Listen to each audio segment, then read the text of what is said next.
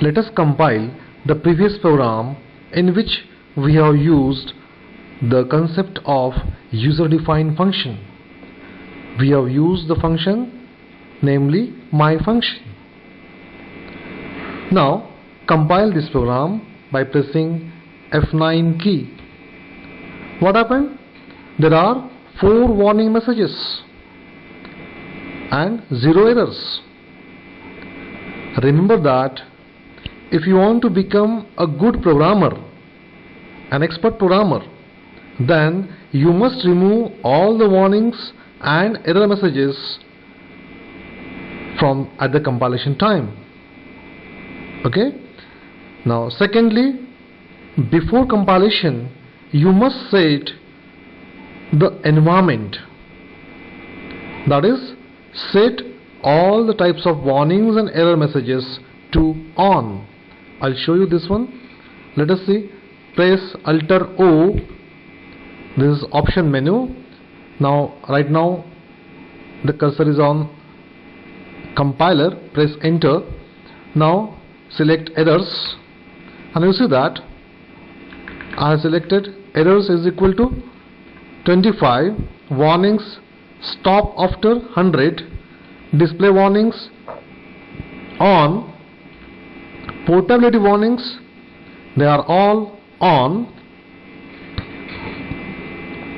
ANSI violations again all are on, then common errors all are on, and last one is less common errors. Again each and every field I have set to on.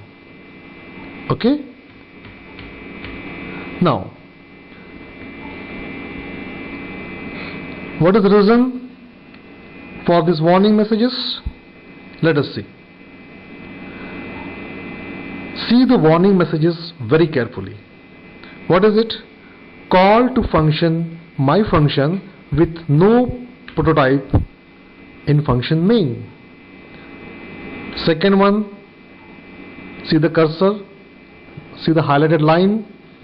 Second call to my function, and again there is a warning at this line. Warning message is same. Again warning message is same. There is a last warning message which is different. Function should return a value and function my function. Okay? Have you seen all the warning messages? Well, now I'll teach you how to remove these warning messages in second program, next version of the program. What happened exactly is that we are not supplied some information to the C compiler about the function my function. Which is that information and why it is needed? When C compiler start the compilation, it encountered the word my function. The compiler identified that this word is a function because after this word there is a pair of bracket. But the compiler is interested to know about this word at the beginning. Let us see how to write more information about this user-defined function at the beginning. Now select next program by clicking pick option. Select file FU3. Now this is a new version of the previous program. Here I have inserted one line, that is void my function in the bracket void, and after that there is a semicolon. Okay, and now there is only one change in the program. Okay, now if you execute it or if you compile the program by pressing F9 key, now you see the warning messages are removed. There is no warning at all. Okay, there is no warning as error message. What happened exactly? Can you guess? You see, here is that information. Void main, void my function void. Remember that this statement is a directive to the compiler.